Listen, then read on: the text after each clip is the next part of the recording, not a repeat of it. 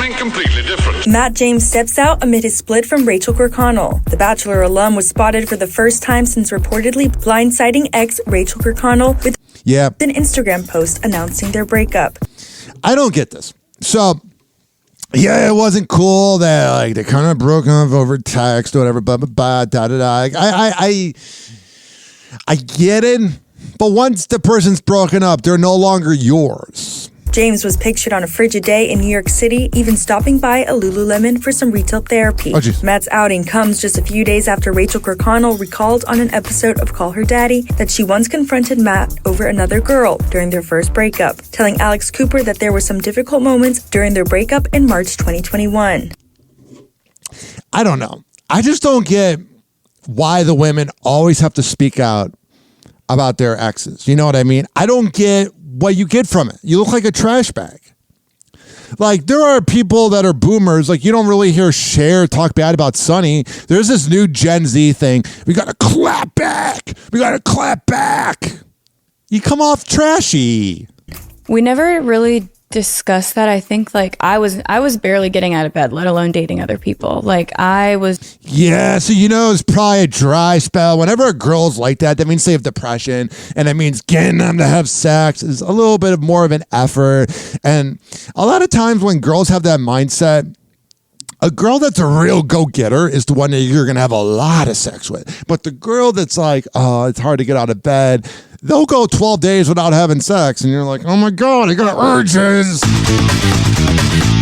I think like I was barely getting out of bed, let alone dating other people. That's not someone you want to date. That means, I'm not saying she doesn't know where her life is going, but you want a girl that's a go-getter, that has either multiple jobs or a hustle or friends. If it's a girl that's like sleeping in and getting drunk at night, watching Friends while drinking wine and hanging out with her cat and seems very lethargic, yeah. I was just so not okay, and I just wanted to be with him to where dating, that was just like so out of the question for me. Like that wasn't even a thought I had. Yeah, I don't know. I just see this vibe in her that like the relationship probably begins really strong, really crazy, really out of control, and then just ends like this. In the back of my mind. And I felt like when we were talking, we never discussed it, but I felt like things that he said and, you know, us talking every day, it seemed like he wasn't either. But that was not the case. He definitely was. And that's okay because we were broken up. Yeah. I just wish I knew. Oh, geez. He doesn't owe you anything. It turns out Rachael found out that Matt was casually seeing another girl through Bachelor blogger Reality Steve. What a snitch that guy is.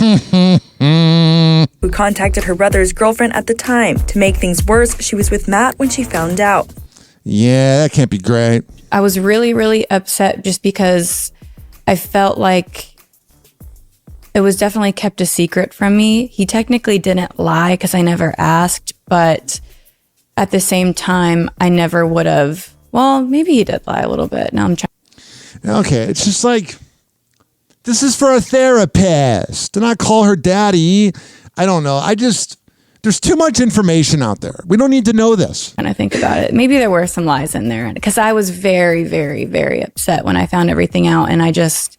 She's so bland with that personality, man. Remember telling him that he lied to me. Yeah. Oh, so with all of that, I just remember storming out of his place and I was like, don't ever talk to me again. Like, aren't those the fun conversations when you're having breakups or whatever? And it's like, don't talk to me again. And you're like realizing it's over and you're driving home and you're like, it's over.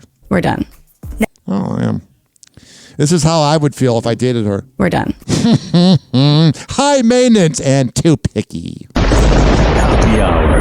Happy hour.